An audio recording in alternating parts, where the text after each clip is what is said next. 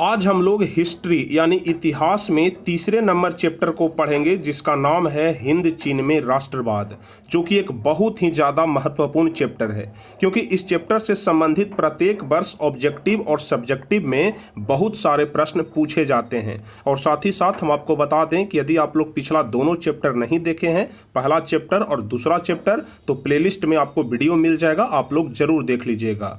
और आज हम लोग समझेंगे चैप्टर 3 यानी हिंद चीन में राष्ट्रवाद। तो सबसे पहले हम आपको बता दें कि यह चैप्टर आपके लिए बहुत ही ज्यादा महत्वपूर्ण है क्योंकि यदि आप लोग क्वेश्चन बैंक उठा करके देखेंगे तो उसमें इस चैप्टर से संबंधित बहुत सारे प्रश्न प्रत्येक वर्ष पूछे जाते हैं। तो इस चैप्टर को समझना आपके लिए बहुत ही ज्यादा जरूरी है और इस चैप्टर को अच्छे तरीके से समझने के लिए आपको यह वीडियो शुरू से लेकर के अंत तक देखना पड़ेगा, यानी कि पूरा देखना पड़ेगा, क्योंकि आज के इस वीडियो में हम इस चैप्टर का पूरा बेसिक पॉइंट बताएंगे, यानी कि बेसिक कंसेप्ट क्लियर करेंगे। और आप लोग जानते हैं कि किसी भी चीज़ को समझने के लिए सबसे पहले बेसिक चीज़ समझना पड़ता है, क्योंकि अगर बेसिक समझ में नहीं आएगा तो फिर आपको पूरा चैप्टर समझ में नहीं आएगा। तो चलिए हम कोशिश करेंगे कि बहुत ही अच्छे तरीके से, बहुत ही बारीकी से इस चैप्टर को समझाएं और एक एक प्रश्न का उत्तर हम आपको बताएं। और इस प्रकार से यदि आप लोग समझेंगे बहुत ही अच्छे तरीके से कंसंट्रेट होकर के, तो हम पूरे दावे के साथ कहते हैं कि इस चैप्टर से संबंधित आपके परीक्षा में एक भी प्रश्न नहीं छूटेगा। तो चलिए बिना समय गवाए हम लोग शुरू करते हैं, लेकिन इसके पहले यदि आप लोग चैनल पर नए हैं तो चैनल को जरूर सब्सक्राइब कर लीजिएगा ताकि आगे के भी हर एक वीडियो का नोटिफिकेशन आपको मिल सके। तो चलिए हम लोग सबसे पहले समझते हैं कि राष्ट्रवाद कहने का मतलब क्या होता है, क्योंकि इस चैप्टर का ही नाम है हिंद चीन में राष्ट्रवाद। तो सबसे पहले हम लोगों को हिंद चीन का मतलब समझना पड़ेगा और राष्ट्रवाद का मतलब समझना पड़ेगा। तो राष्ट्रवाद का मतलब तो हम आपको पिछले 2 चैप्टर से बताते आ रहे हैं कि राष्ट्रवाद कहने का मतलब होता है देश के प्रति अपना लगाव, यानी कि देश के प्रति जो भक्ति होती है, देश के प्रति जो लगाव होता है, इसे ही हम लोग क्या बोलते हैं, राष्ट्रवाद बोलते हैं। तो उम्मीद करते हैं कि राष्ट्रवाद कहने का मतलब तो आप लोग जानते हैं। और चैप्टर का नाम है हिंद चीन में राष्ट्रवाद, यानी कि हिंद चीन में राष्ट्रवाद का उदय कैसे हुआ, इसी को समझना है इस पूरे चैप्टर में। तो सबसे पहले हम आपको यह बताते हैं कि हिंद चीन कहने का मतलब क्या होता है। यदि आप लोग सोच रहे हैं कि हिंदुस्तान और चीन के सम्मिलित रूप को हम लोग हिंद चीन बोलते हैं, तो ऐसा बिल्कुल गलत है। चलिए हम आपको समझाते हैं कि हिंद चीन कहने का मतलब क्या होता है।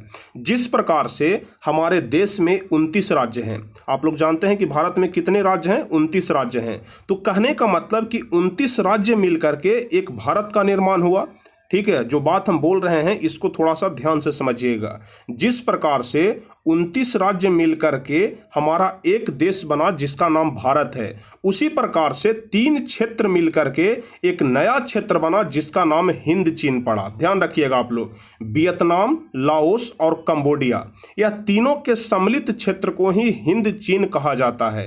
अब आप लोग सोच रहे होंगे कि वियतनाम, लाओस और कंबोडिया को हम लोग मिला देते हैं तो इसका नाम हिंद चीन क्यों पड़ता है? कोई दूसरा नाम भी तो पड़ सकता था, कोई एक देश का नाम पड़ सकता था। इसमें तो दो देश को मिला दिए हैं, हिंदुस्तान को भी और चीन को भी। तो इसके बारे में भी हम आपको आगे बताएंगे, बस थोड़ा सा ही आगे। आप लोग थोड़ा सा धैर्य रखिए और धैर्य बना करके इस पूरे चैप्टर को समझिए, तभी आपको समझ में आएगा। बिल्कुल कहानी की तरह हम आपको इस पूरे चैप्टर को संक्षेप में समझा देंगे ताकि यह चैप्टर आपको बहुत ही ज्यादा आसान लगने लगेगा। तो आप लोग ध्यान रखिएगा, यहां से ऑब्जेक्टिव क्वेश्चन भी पूछा जाता है कि हिंद चीन के अंतर्गत कौन कौन से क्षेत्र आते हैं, तो वियतनाम, लाओस और कंबोडिया। और आप लोगों को इस चैप्टर में सबसे ज्यादा वियतनाम के बारे में पढ़ना है। लाओस और कंबोडिया के बारे में तो ज्यादा नहीं पढ़ना है, लेकिन वियतनाम के बारे में इस चैप्टर में बहुत कुछ पढ़ना है। तो हम आपको सबसे ज्यादा वियतनाम के बारे में ही बताएंगे। तो चलिए सबसे पहले हम लोग वियतनाम के बारे में जानने का कोशिश करते हैं कि वियतनाम क्या है, वियतनाम कहां पर स्थित है, वियतनाम का क्षेत्रफल कितना है, वियतनाम कब आजाद हुआ, वियतनाम किसका उपनिवेश है, यानी कि कौन यहां पर शासन कर रहा था, या जितने सारे भी वियतनाम के बारे में फैक्टर हैं, सभी फैक्टर हम आपको बताते हैं। ध्यान रखिएगा कि वियतनाम के 3 बड़े राज्य अन्नाम, तोकिन और कोचिन चीन है। जिस प्रकार से भारत के बहुत सारे बड़े बड़े राज्य हैं, जैसे महाराष्ट्र हो गया, केरल हो गया, इस प्रकार से बहुत सारे राज्य हैं, 29 राज्य हैं और 29 राज्य मिल करके एक देश बना जिसका नाम भारत पड़ा। उसी प्रकार से 3 बड़े राज्य को मिला करके एक देश बना जिसका नाम क्या पड़ा, वियतनाम पड़ा। पड़ा, ध्यान रखिएगा। और तीनों राज्य कौन कौन से हैं? तो अन्नाम, तोकिन और कोचिन चीन।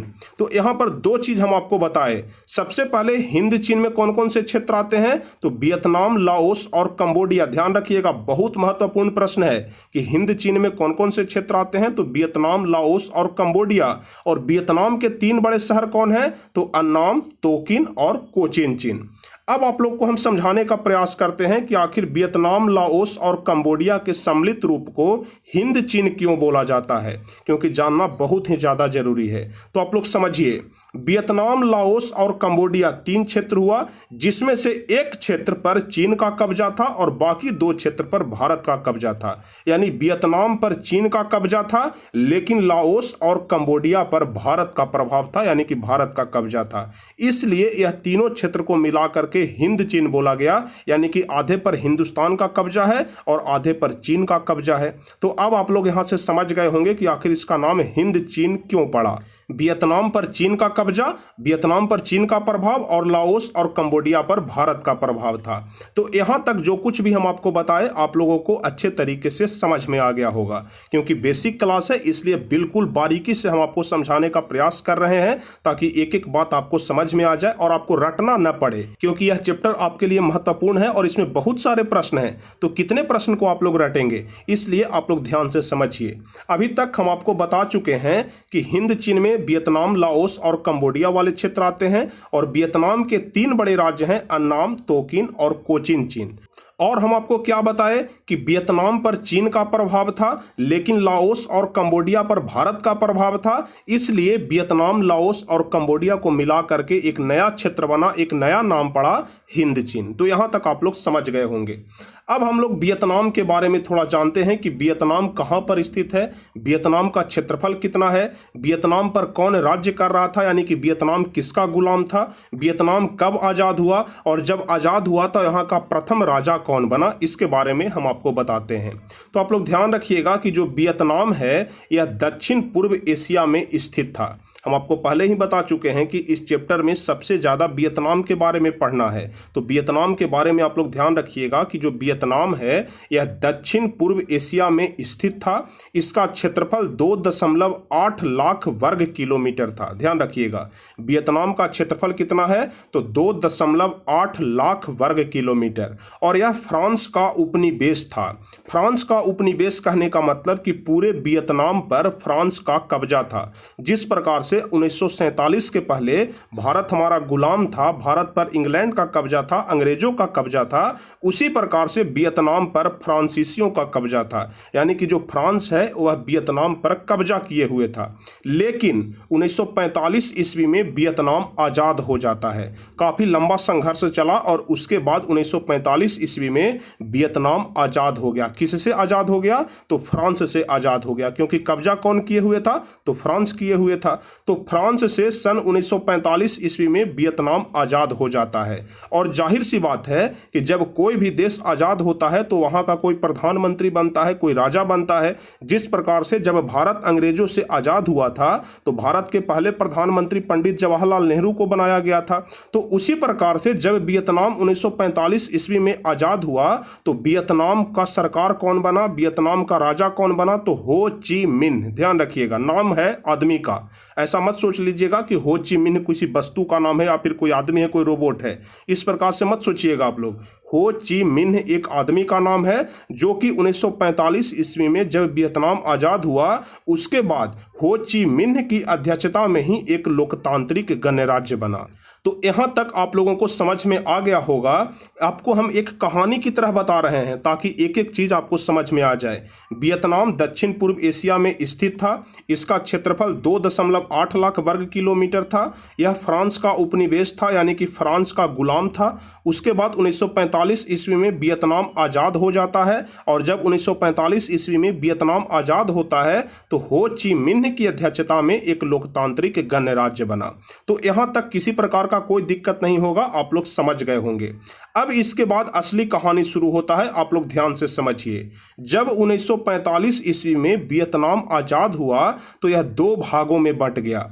जिस प्रकार से जब हमारा देश भारत आज़ाद हुआ था तो दो भागों में बंट गया था, भारत और पाकिस्तान, तो उसी प्रकार से जब वियतनाम आज़ाद हुआ तो वियतनाम भी दो भागों में बंट गया, उत्तरी वियतनाम और दक्षिणी वियतनाम। यहाँ तक आप लोगों को समझना पड़ेगा और बिल्कुल अच्छे तरीके से समझ भी आ रहा होगा, क्योंकि अभी तक जो कुछ भी हम आपको बताते चले आ रहे हैं बिल्कुल कहानी की तरह, एक किस्से की तरह आप लोगों को समझ में आना चाहिए। देखिए, हम आपको क्या बताएं कि 1945 ईस्वी में वियतनाम आज़ाद हुआ तो यह दो भागों में बंट गया, उत्तरी वियतनाम और दक्षिणी वियतनाम। और ध्यान रखिएगा कि जो उत्तरी वियतनाम था वह दक्षिणी वियतनाम से ज़्यादा ताकतवर था, यानी कि ज़्यादा शक्तिशाली था। और जाहिर सी बात है कि जो ज़्यादा ताकतवर रहेगा वह दूसरे पर कब्जा करना चाहेगा, यानी कि जो उत्तरी वियतनाम था वह धीरे धीरे दक्षिणी वियतनाम पर कब्जा करना शुरू कर दिया, यानी कि आधिपत्य जमाना शुरू कर दिया। तो उत्तरी वियतनाम धीरे धीरे दक्षिणी वियतनाम पर कब्जा करते जा रहा था, इसको सता रहा था। और जब यह बात अमेरिका देखा तो दक्षिणी वियतनाम की तरफ से अमेरिका आकर के मिल गया, यानी कि अब उत्तरी वियतनाम के खिलाफ कौन कौन लड़ रहा था, तो दक्षिणी वियतनाम भी और अमेरिका भी, क्योंकि अमेरिका दक्षिणी वियतनाम का साथ देने के लिए आ गया। लेकिन उत्तरी वियतनाम धैर्य नहीं खोया और अपना संघर्ष जारी रखा, यानी कि बहुत ही ज़्यादा लंबा लड़ाई चला, बहुत ही ज़्यादा लंबा लड़ाई चला। और दोनों के बीच जो गृह युद्ध छिड़ गया था, यानी कि दोनों जो आपस में लड़ गए थे, अंततः उत्तरी वियतनाम की जीत हो जाता है और अमेरिका को पीछे हटना पड़ता है। क्योंकि आप लोग जानते हैं, अपने गांव घर में भी आप लोग देखते होंगे कि जब बंटवारा हो जाता है या फिर जब दो भाइयों में आपस में बंटवारा हो जाता है तो फिर दोनों भाई में लड़ाई छिड़ जाता है। उसी प्रकार से वियतनाम जब अलग अलग हुआ, उत्तरी वियतनाम और दक्षिणी वियतनाम, तो दोनों में लड़ाई छिड़ गया, गृह युद्ध छिड़ गया। और गृह युद्ध छिड़ने का नतीजा यह हुआ कि दोनों आपस में लड़ने लगे। और उत्तरी वियतनाम सोच रहा था कि हम इस पर कब्जा कर लें और यह सोच रहा था कि हम इस पर कब्जा कर लें, लेकिन उत्तरी वियतनाम ज्यादा ताकतवर था, इसलिए दक्षिणी वियतनाम को दबाते जा रहा था। और जब दक्षिणी वियतनाम दबते जा रहा था तो अमेरिका इसका साथ देने के लिए पहुंच गया, यानी कि अमेरिका इसका सपोर्ट करने लगा। लेकिन उत्तरी वियतनाम अपना धैर्य नहीं खोया और अमेरिका के खिलाफ भी अपना लड़ाई शुरू कर दिया और अंततः अमेरिका को ही पीछे हटना पड़ गया। ऐसे आप लोग जानते होंगे कि अमेरिका आज तक कभी किसी युद्ध में नहीं हारा है और वह पीछे नहीं हटता है, लेकिन उत्तरी वियतनाम के खिलाफ उसे पीछे हटना पड़ गया और दक्षिणी वियतनाम का साथ छोड़ करके अमेरिका पीछे हट गया। और जब अमेरिका पीछे हट गया यानी कि उत्तरी वियतनाम की जीत हो गई। और जब जीत हो गई तो उत्तरी वियतनाम दक्षिणी वियतनाम को अपने में मिला लिया, यानी कि वियतनाम का एकीकरण हो गया। यानी कि वियतनाम जो दो भाई था, उत्तरी वियतनाम और दक्षिणी वियतनाम, अब एक बन गया। तो यहाँ पर हम समझने के चलते लिख भी दिए हैं कि अंततः उत्तरी वियतनाम और दक्षिणी वियतनाम में गृह युद्ध छिड़ गया और इस गृह युद्ध में अमेरिका दक्षिणी वियतनाम का साथ देने लगा और यह लड़ाई काफी लंबा चला और अंततः अमेरिका को पीछे हटना पड़ा। और 30 अप्रैल 1975 ईस्वी को वियतनाम का एकीकरण पूरा हो गया। ध्यान रखिएगा, डेट आप लोग ध्यान रखिएगा, ऑब्जेक्टिव क्वेश्चन में पूछेगा कि वियतनाम का एकीकरण कब पूरा हुआ था, तो 30 अप्रैल 1975 ईस्वी को। आजाद कब हुआ था, तो 1945 ईस्वी को। ध्यान रखिएगा, वियतनाम आजाद हुआ था 1945 ईस्वी को, लेकिन जब आजाद हुआ तो दो भागों में बंट गया, उत्तरी वियतनाम और दक्षिणी वियतनाम। लेकिन जब दोनों में गृह युद्ध छिड़ गया, अमेरिका साथ देने के लिए आया, अमेरिका भी पीछे हट गया, तो अंत में उत्तरी वियतनाम दक्षिणी वियतनाम पर कब्जा कर लिया, यानी कि दोनों एक हो गया। और अंततः इसका एकीकरण कब पूरा हुआ, तो 1975 ईस्वी में। ध्यान रखिएगा, यानी कि आजादी के 30 वर्ष बाद, ठीक है, आजादी के 30 वर्ष बाद वियतनाम का एकीकरण पूरा हो जाता है। तो यहां पर आपको जो कुछ भी बताए हैं सब के सब बेसिक पॉइंट थे। चलिए एक बार फिर से शॉर्टकट में हम आपको रिवीजन कराते हैं कि अभी तक क्या बताए हैं। हम आपको सबसे पहले बताए कि हिंद चीन में राष्ट्रवाद, यानी राष्ट्रवाद कहने का मतलब कि देश के प्रति लगाव, और हिंद चीन कहने का मतलब वियतनाम, लाओस और कंबोडिया के सम्मिलित रूप को ही हिंद चीन कहा जाता है। इसको आप लोग जरूर ध्यान रखिएगा। वियतनाम के 3 बड़े राज्य बताए, अन्नाम, तोकिन और कोचिन चीन। उसके बाद बताए कि वियतनाम पर चीन का प्रभाव था लेकिन लाओस और कंबोडिया पर भारत का प्रभाव था, इसलिए यह तीनों को मिला करके एक नया नाम पड़ गया हिंद चीन। ध्यान रखिएगा। उसके बाद हम आपको बताए कि वियतनाम जो कि दक्षिण पूर्व एशिया में स्थित था, इसका क्षेत्रफल 2.8 लाख वर्ग किलोमीटर था। यह फ्रांस का उपनिवेश था, यानी कि इस पर फ्रांस का कब्जा था और 1945 ईस्वी में वियतनाम फ्रांस से आज़ाद हो जाता है और यहाँ पर हो ची मिन्ह की सरकार बनती है। ठीक है, हो ची मिन्ह, आप लोग नाम ध्यान रखिएगा। लेकिन जब वियतनाम आज़ाद होता है तो यह दो भागों में बंट जाता है, उत्तरी वियतनाम और दक्षिणी वियतनाम। ठीक है, जब वियतनाम आज़ाद होता है तो दो भागों में बंट गया, उत्तरी वियतनाम और दक्षिणी वियतनाम। और जब दो भाग में बंट गया तो आपस में ही गृह युद्ध छिड़ गया उत्तरी वियतनाम और दक्षिणी वियतनाम में। यानी कि वियतनाम में गृह युद्ध छिड़ गया और गृह युद्ध में दक्षिणी वियतनाम की तरफ से साथ देने के लिए कौन आ गया? अमेरिका आ गया। लेकिन उत्तरी वियतनाम अपना धैर्य नहीं खोया और दक्षिणी वियतनाम और अमेरिका के खिलाफ अपना लड़ाई जारी रखा और अंततः उत्तरी वियतनाम का जीत हुआ और अमेरिका को भी पीछे हटना पड़ा और अंततः 30 अप्रैल 1975 ईस्वी को वियतनाम का एकीकरण पूरा हो गया। तो उम्मीद करते हैं कि यहां तक आप लोग समझ गए होंगे। अब चलिए हम आपको सबसे पहला नंबर प्रश्न बताते हैं कि आखिर वियतनाम पर फ्रांस का कब्जा कैसे हुआ। आप लोग जानते हैं कि भारत पर अंग्रेजों का कब्जा कैसे हुआ था, क्योंकि अंग्रेज यहाँ पर व्यापार के दृष्टिकोण से आए थे, व्यापार करने के लिए आए थे और धीरे धीरे भारत पर अपना कब्जा कर लिया। तो सेम कहानी वियतनाम के साथ भी है कि फ्रांस यहाँ आया था व्यापार करने के लिए, लेकिन धीरे धीरे फ्रांस इस पर कब्जा कर लेता है। तो चलिए सबसे पहला नंबर प्रश्न जो कि आपके लिए बहुत ही ज़्यादा महत्वपूर्ण है, तो चलिए हम लोग सबसे पहले नंबर प्रश्न की ओर बढ़ते हैं, जिसमें कह रहा है कि हिंद चीन का क्या अर्थ है। और उसके बाद अगला प्रश्न है कि हिंद चीन में फ्रांसीसी का प्रसार कैसे हुआ, यानी कि हिंद चीन में फ्रांसीसी का प्रसार कैसे हुआ, फ्रांसीसी का आगमन कैसे हुआ और वियतनाम को अपना गुलाम कैसे बनाया। तो चलिए इसी के बारे में हम लोग समझेंगे। तो सबसे पहला प्रश्न जो कि बहुत ही ज़्यादा महत्वपूर्ण है, बार बार लघु उत्तरीय में पूछा जाता है कि हिंद चीन का क्या अर्थ है। तो आप लोगों को बताना है कि हिंद चीन का तात्पर्य लाओस, वियतनाम और कंबोडिया के सम्मिलित क्षेत्र से है, जिसका विस्तार लगभग 3 लाख वर्ग किलोमीटर में है। यानी कि वियतनाम, लाओस और कंबोडिया, यह तीनों के सम्मिलित क्षेत्र को ही हम लोग क्या बोलते हैं? हिंद चीन बोलते हैं।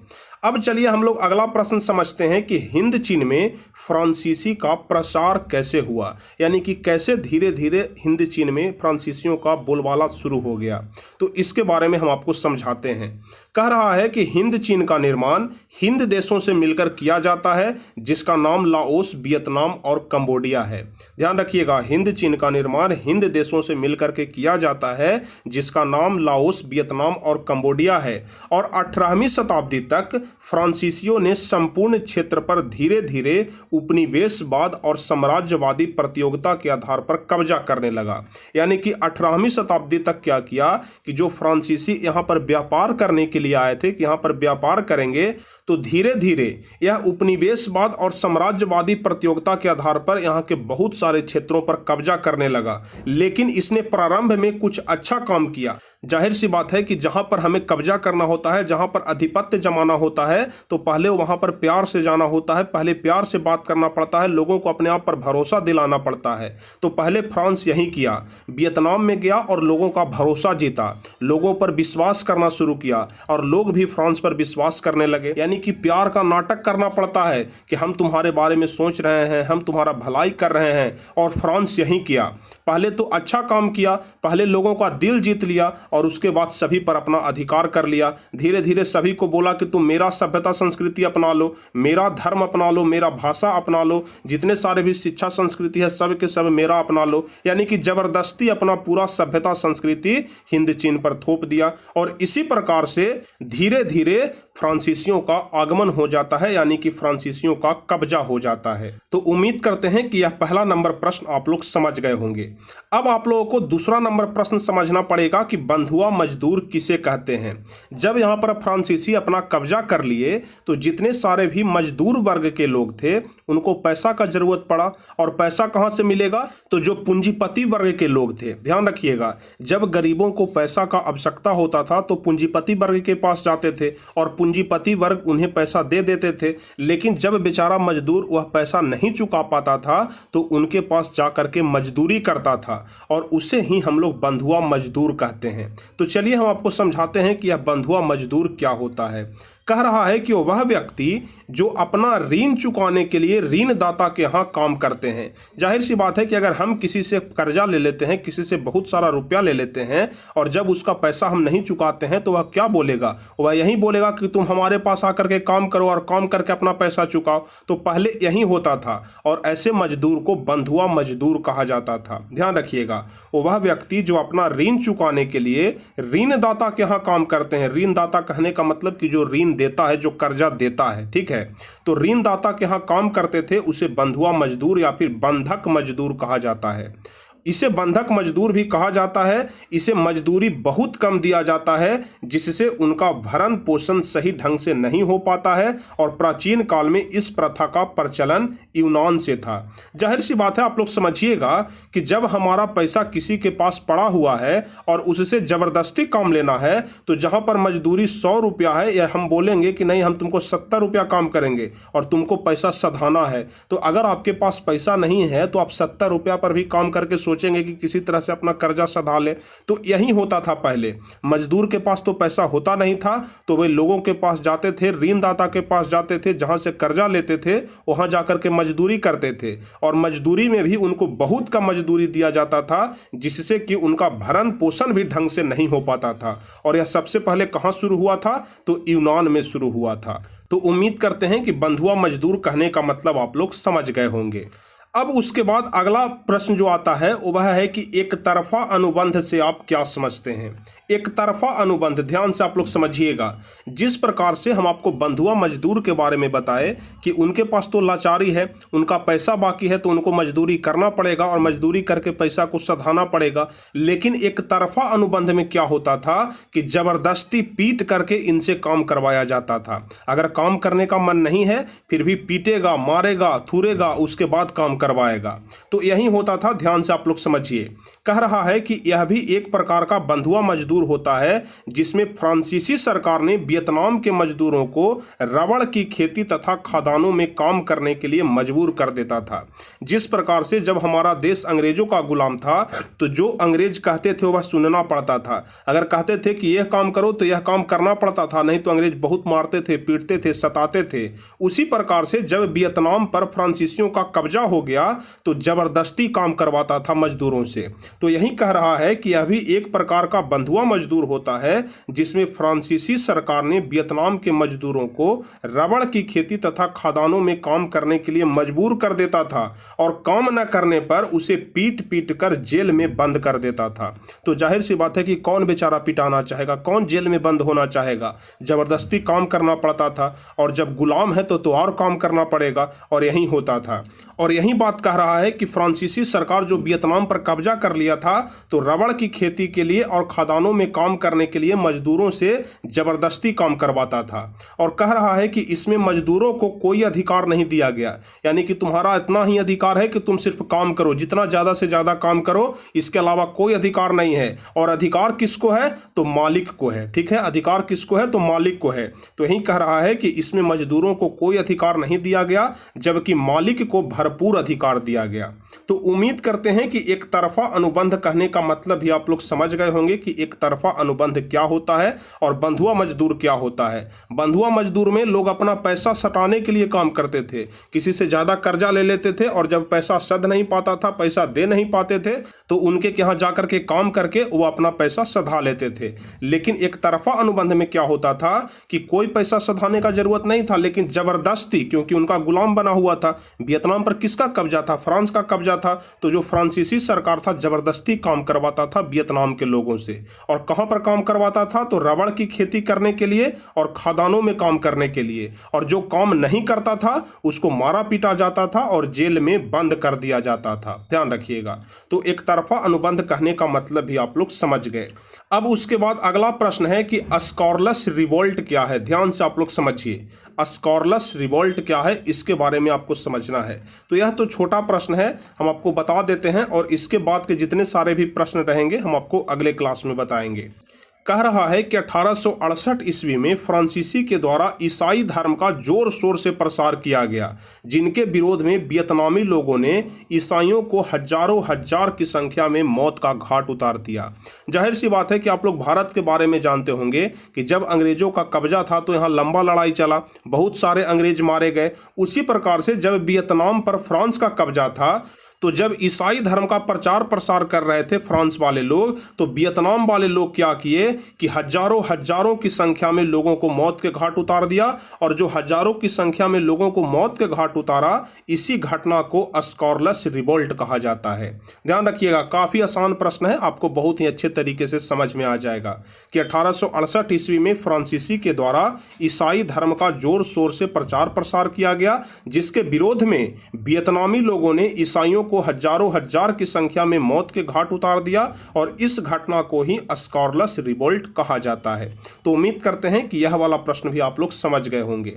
अब अगला प्रश्न है कि हिंद चीन में उपनिवेश स्थापना के उद्देश्यों को लिखें, कि हिंद चीन में जो फ्रांसीसी थे वह अपना उपनिवेश क्यों स्थापित करना चाहते थे, उनका क्या उद्देश्य था यहाँ पर, इसके बारे में लिखना है। तो इसके बारे में हम आपको अगले वीडियो में बताएंगे, क्योंकि यह वाला जो प्रश्न है यह दीर्घ उत्तरीय का प्रश्न है जो कि 5 नंबर का पूछा जाता है। तो आपको अच्छे तरीके से समझ में आना चाहिए, इसलिए अगले क्लास में हम आपको बताएंगे कि हिंद चीन में उपनिवेश स्थापना के पीछे मुख्य उद्देश्य क्या था।